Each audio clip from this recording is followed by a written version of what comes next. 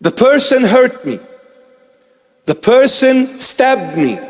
The person killed me. The person destroyed me, yet I still went and showed an act of compassion towards that person. This kind of an act is non-existent in this realm. What is existent in this realm? The law of physics. What does the law of physics say and teaches? For every action, there is a reaction equal in force, opposite in direction. For every action, there is a reaction equal in force, but opposite in direction. Biblically speaking, the terminology in the biblical sense would be, if we were to convert this physics formula into the biblical formula, it would be the following: love the one who loves you and hate the one who hates you. This is the law of the Old Testament, which our beloved, the Muslims and the Jews, till this very day follow. An eye for an eye and a tooth for a tooth. You love me, I love you. You hate me, I hate you. You invite me to your house, I'll invite you to my house. You don't invite me in your dreams, baby. In your dreams. So this is the law of this world.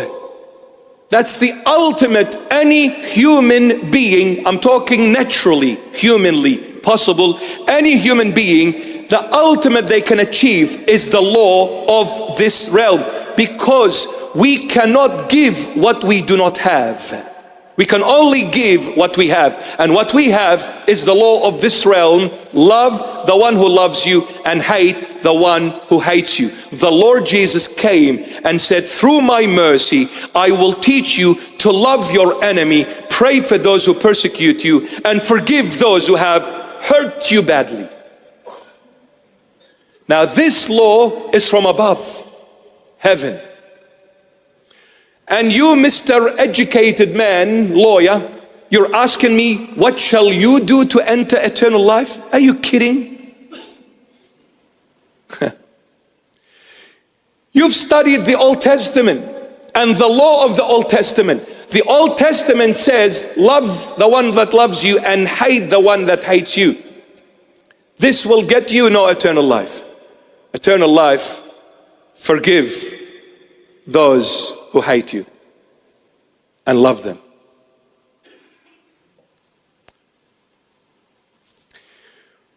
When you and I and all of us, when we are able to forgive someone that has hurt us, remember the Lord is dwelling strongly in your heart, strongly and deeply. When you're able to do that, because this law is not yours, this law is heavenly, and only Christ can achieve it and fulfill it when you let Him to do it in you, through you, and by you.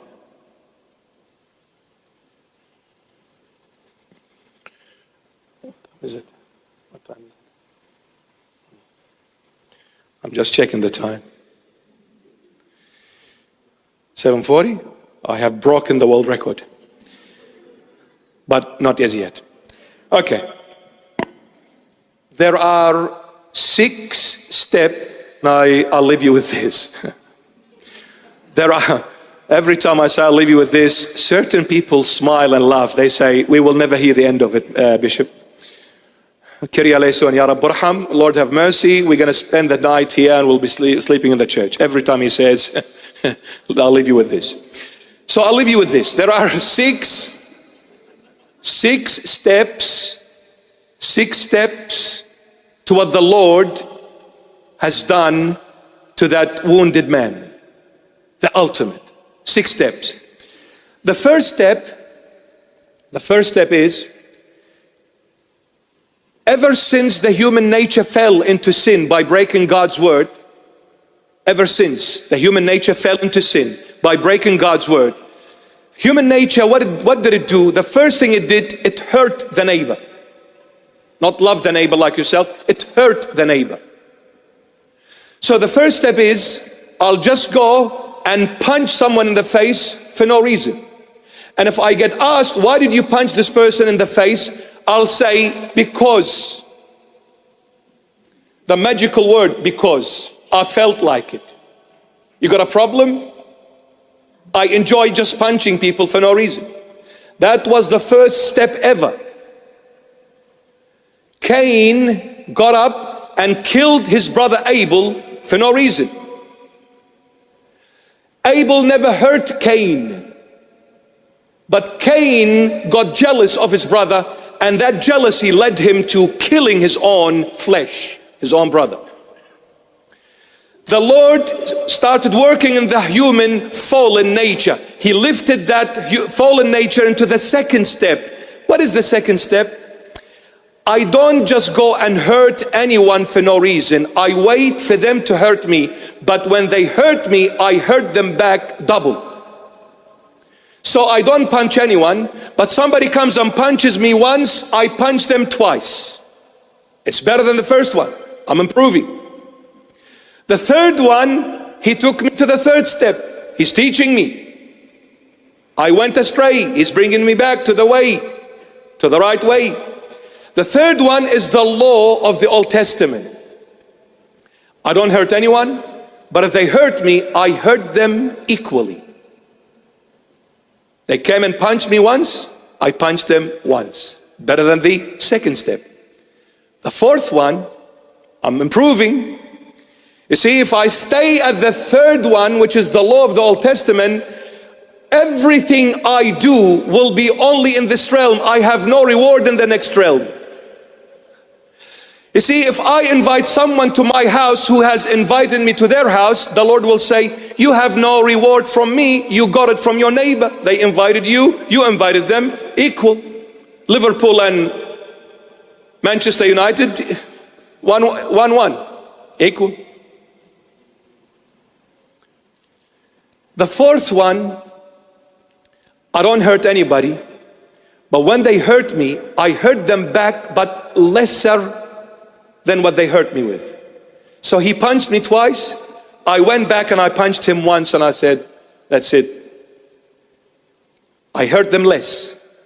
The fifth one, it's improving. Someone came and wiped the floor with me in front of all my friends. He told me off badly. I did not say no word. I did not retaliate. I did not punch. I did not do anything. I stayed silent, absolutely done nothing. But when I went home, at home I blew up like a volcano, and with my thoughts I shredded that person who told me off in front of all my friends. I blew up like a volcano. How could I have been silent when he was telling me off? I should have shredded him. I should have killed him at home. And I didn't sleep all night. The sixth one, which is the Lord's way. Show mercy to your enemy. The sixth one is, they hurt me badly, destroyed me badly. I said nothing. I did nothing. I went home and I put my head on the pillow and I snored it off as if nothing happened. Wow. As if nothing happened. Now this is forgiveness. Not you don't retaliate in public, but at home behind closed doors you blow up at them and judge them and rip them. That's not forgiveness. Forgiveness is whatever they did to you, you go and you say to the Lord, hallelujah. I got told off today, Lord. Thank you, Lord Jesus. Thank you. I feel good. I knew that I would. So I feel good. I feel good because I was told off. Saint Paul was kicked, punched, covered in his blood. He got up and started shouting, hallelujah. Thank you, Lord. They just punched me for your sake. Now that is forgiveness. If you're able to do that, then the Lord is your portion. You see, that's why the next one was Martha and Mary, the sisters of Lazarus, whom he raised from the dead after 4 days. Martha and Mary happened to be the sisters of Lazarus, who was dead in the grave for 4 days, and the Lord raised him. See, The Lord walked into their house. Martha was in the kitchen. Mary was at the feet of the Lord Jesus, sitting in silence at his feet. Martha busy with so many things, chopping, cleaning, washing, cooking, and then she turns, sees her sister ruthless, heartless, doesn't care about her sister Martha. She turns to the Lord Jesus, rebuking her sister Mary. She said, Lord, can't you see my sister sitting doing nothing? Yet she sees her sister Martha troubled and busy. She doesn't even care to get up and help me. Say something to her, Lord. She thought the Lord Jesus was going to take side with her. He turns to Martha, not Mary, and he says, Martha, Martha, truly I say to you, you are troubled with so many things. You're busy with so many things, but one thing is needed of you, and Mary has chosen the good portion, sitting at the feet of the Lord. Every one of us has Martha and Mary in them. All of us, every single one has Martha and Mary. Martha, service. Mary, contemplation. Silence. One is noisy, service. The other one is quiet, silent, contemplation. The problem is when we come to serve in the house of the Lord Jesus, we ignore totally Mary, the good portion, contemplation, and we come and we just wish to serve in the house of the Lord. I'm a bishop, I'm a priest, I'm a deacon, I'm this, I am in this committee and I'm in that committee. I do this and I do that in the house of the Lord. Okay, but have you sat at the feet of the Lord? No. Why? Because I'm too busy for the Lord in his own house. Oh my goodness. Even when I come to the house of the Lord, I am too busy working in the house of the Lord, not working for the Lord of the house. I'm working in the house of the Lord. I'm not working for the Lord of the house. Those who work in the house of the Lord, not for the Lord of the house, they are working for themselves. And I prove it to you. The moment you come and you say to them, I'm taking this task from you and I'm giving it to your brother or your sister, all hell will break loose. How dare you take that from me? Is she better than me? Who does she think she is? I knew it from day one. The moment she walked through that door, I knew she was gonna stab me in the back and dig beneath my feet. She was after my role, my position, my fame, my throne. Even church leaders fight for the throne. Why? The reason why we fight as leaders for the throne, because we are working in the house of the Lord. We've never ever tried to work for the Lord of the house. And the Lord says, you're too busy. Means nothing. You know why it means nothing? Because unless and until you sit at my feet, you'll never understand how to work in my house.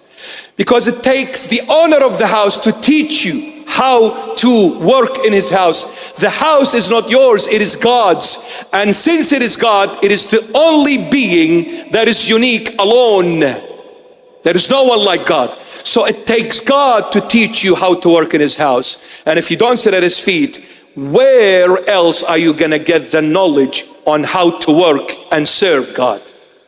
No way. You'll get it from Satan. And what does Satan do? Teach you on to be the enemy of your brother, not merciful toward your brother. Satan will say to you, don't ever let that guy over there to take your chair. And if he tries, get rid of him. But when I'm serving the Lord of the house, and then my brother comes, naturally, with no one teaching me, you know why? Because the Lord is my teacher.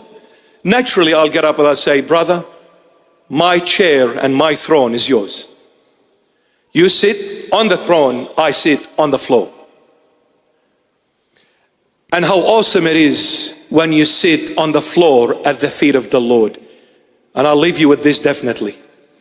Have you ever heard anybody sitting on the floor and falling?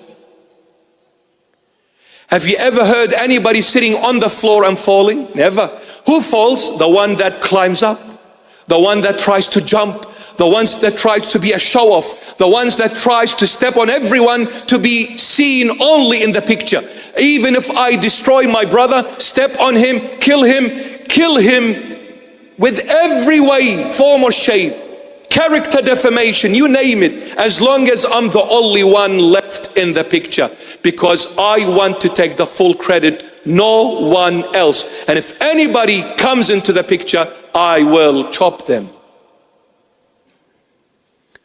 Those kind of people fall, but the problem here is their fall is once, and they will never get up again.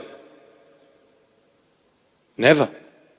Because the Lord is not with the prideful, is with the humble.